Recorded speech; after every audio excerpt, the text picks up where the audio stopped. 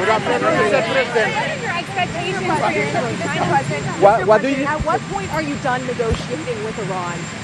Well, we're going to see what happens. We're only making a good deal. We have their military's gone; it's wiped out, and we're only going to make a good deal. And we'll see what happens. But I believe that one way or the other, it's going to be very good for the American people, and I think actually very good for the Iranian people. Are you reconsidering the Pakistanis as mediators? No, they're great. What? I think they're great. Mr. I think President. the Pakistanis have been great. The Field Marshal and the Prime Minister of Pakistan have been absolutely great. Mr. President, what is your message to President Xi as it relates to the Iran war? Well, I think number one, we're going to have a long talk about it. I think he's been relatively good, to be honest with you. You look at the blockade, no problems. They get a lot of their oil from that area. We've had no problem, and he's been a friend of mine. He's been somebody that we get along with. And I think you're going to see that good things are going to happen. This is going to be a very exciting trip. A lot of good things are going to happen. Mr. President, do you think he needs to intervene at all with the Iranians? I don't do you think think he can help no. in any way? No, I don't think we need any help with Iran. We'll win it one way or the other. We'll win it peacefully or otherwise. Their Navy's gone, their Air Force is gone, every single element of their war machine is gone. They've killed a lot of people. They've killed 42,000 people at least over the last month and a half. We win. Mr. President. No matter how you cut it. Mr. President, what do you believe, Mr. Kurdi, sir? Mr. President, do you believe your visit to China will impact of international economy and price of oil? It's going to be a positive. We're going to have a very good meeting. I spoke with President Xi. We both look forward to the meeting. It's going to be great. And Mr. President, Mark, Mr. President, what is going to be your red line to end the ceasefire for you? What will it take to pull the plug? Well, we're going to see, and we'll be thinking about it on the flight, and we'll be thinking about it for the next little while. But we've beaten their militaries very soundly. That's over with. The blockade is very effective. It's been 100% effective.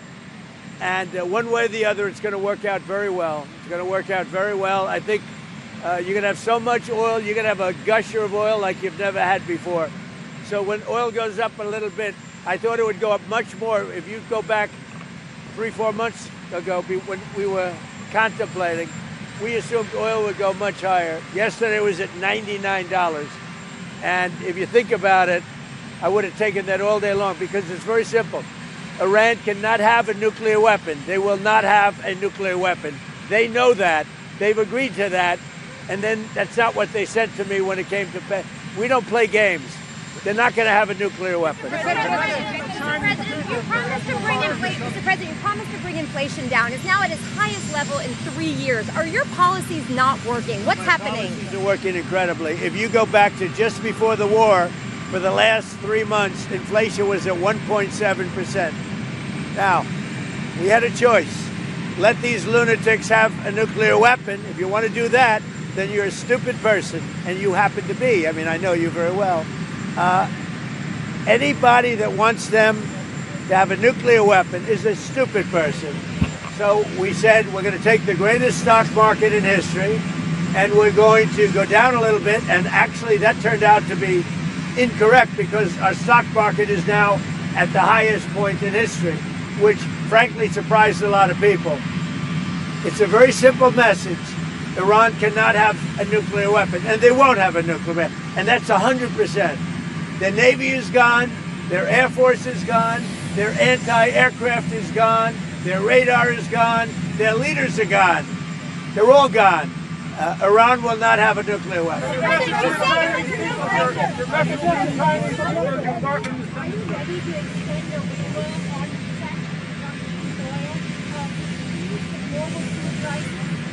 to do whatever is necessary, and as soon as this war is over, which will not be long, you're going to see oil prices drop, and you're going to see a stock market, which is already at the highest point in history, go through the roof. You're going to see the golden age of America, frankly, and you're seeing it now. So as soon as this is over, don't forget, You have hundreds of ships that are loaded up with oil that want to come out. As soon as they come out, we're going to have a gusher of oil, and you're going to have inflation that goes way down. Now, with all of this, inflation is much lower than it was under Biden. Biden had the highest inflation in the history of our country. Inflation is nothing by comparison, but our inflation is just short term.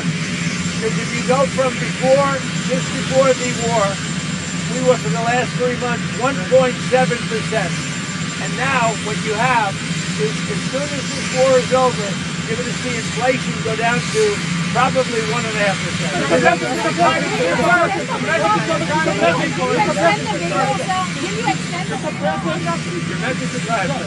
Thank you so much, Mr. President. Mr. President, yesterday you said the good, the serious arms of the British Provincial. A youth military official says that the British have not received any arms, and the British political parties are denying receiving any arms. The officials are wrong. The message of Chinese people, sir, on the summit.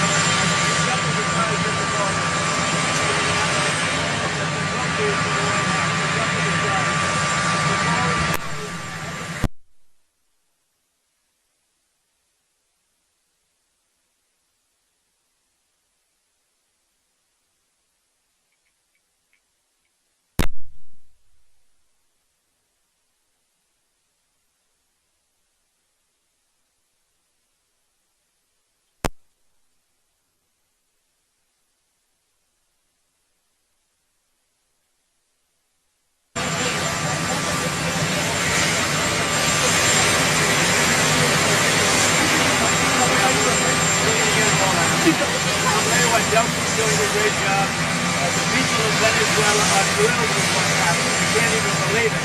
They're dancing in the streets. And as you know, we have Exxon, we have Chevron, we have all of the big companies going in. And Venezuela now is making more money than they've made in the last 25 years. And the political prisoners will come out. As you know, we let a lot, they let a lot of the political prisoners out, and the rest will be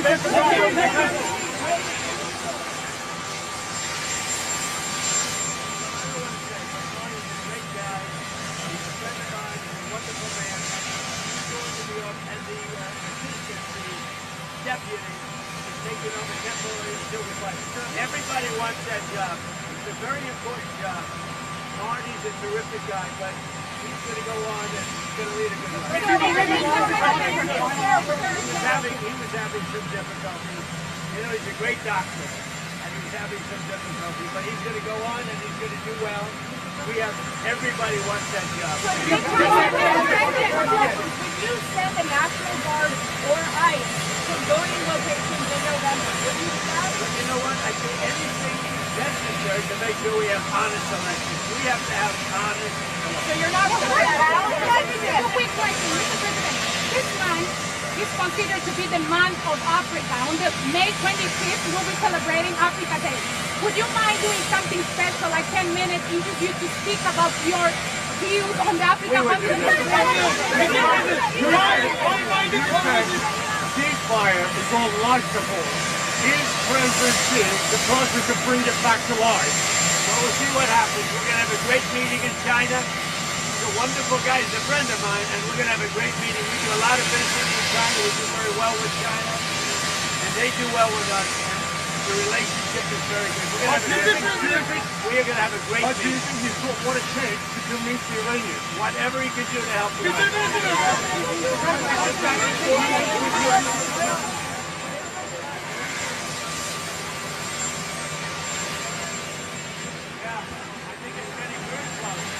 The end of the war in Ukraine, I really think it's getting very close. $1 trillion in the U.S. Will China invest $1 trillion in the U.S.?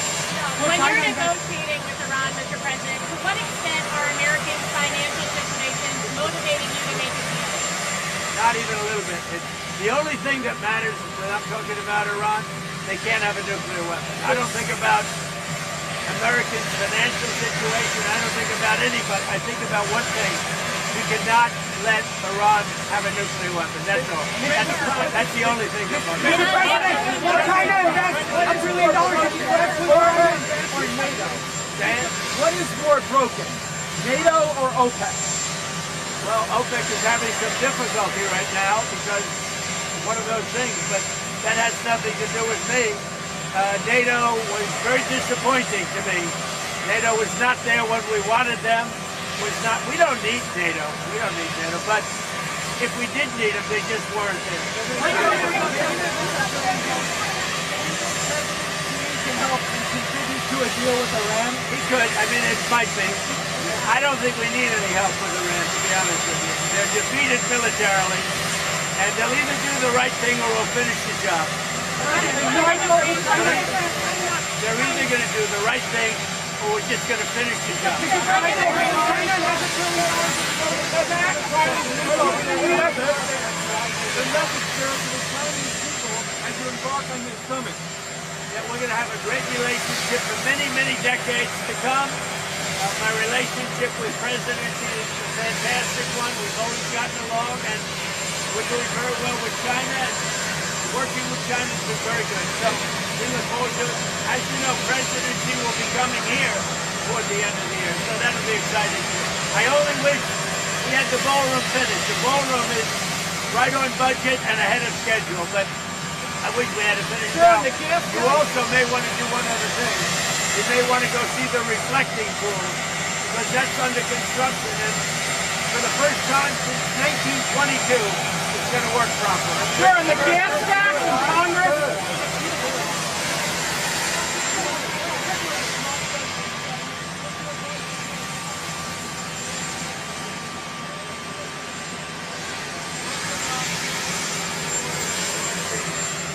Great oil finds anywhere in the world, and you're not using it. They're not allowed to use it. And it's one of the best in the world, among the best oils in the world. Open up your oil in the North Sea and get tough on immigration. Did he stay or go? Europe is being very, very hurt by immigration all over the world. Did he stay or go? That's up to him.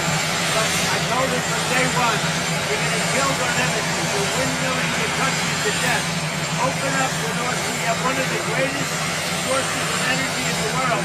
Open up the North Sea. Should state governors drop taxes on oil? Would you ask them to do that? I think it's a great idea. Mr. President, I have two questions.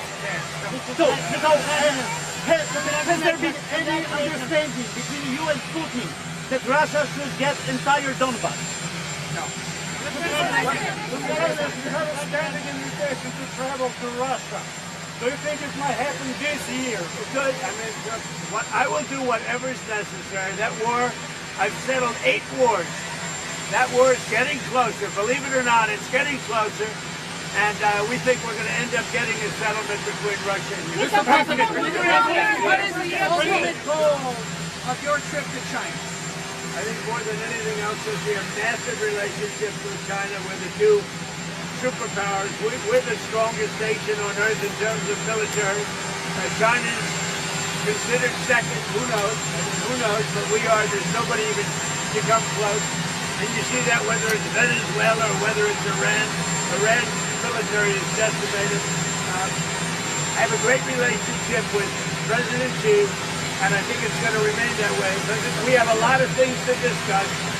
I wouldn't say Iran is one of them, to be honest with you, because we have Iran very much under control. We're either going to make a deal or they're going to be decimated. So one way or the other, we win. We're going to be talking with President Xi about a lot of different things. I would say more than anything else will be trade. Did you say earlier that the only thing thing that matters to you when it comes to Iran is a nuclear weapon. You're not considering the financial impact of this war on Americans. The most important thing by far, including whether our stock market, which by the way is at an all-time high, but including whether or not our stock market goes up or down a little bit, the most important thing by far is Iran cannot have a nuclear weapon. What about the pressure on Americans and prices right now? How concerned are you about Americans, how they're feeling about what they're paying for food? Are you listening to them? Every American understands, and they just had a poll, like 85%, which is surprising, it's only that. They understand that Iran cannot have a nuclear weapon. If Iran has a nuclear weapon, the whole world would be in trouble. Because they happen to be crazy, they're not going to have a nuclear weapon. Now, if the stock market goes up or down a little bit, the American people understand. When it's over, you're going to have a massive drop in the price of oil, which a lot of people thought would be higher. I mean, it was $100, it was $99 yesterday, which is low, which is relatively low. When this war is over, oil is going to drop, the stock market is going to go through the roof, and truly, I think we're in the golden age right now. You're going to see a golden age like we've never seen before. The minute it's announced, and I'll be the one to announce it because I'm the one that makes that decision, I could leave right now, and it would take them 25 years to rebuild their country. But I don't want to do that. I want to have it complete and total. Are you ready? As soon as this war is over, you're going to see numbers like you've never seen. Stop the butcher! Stop it! I know how much value oil is. Are you comfortable with people serving in the military that they personally opposed the Iran war for you? I mean, I'm happy about it, but Well, no, look at this. I live with a lot of different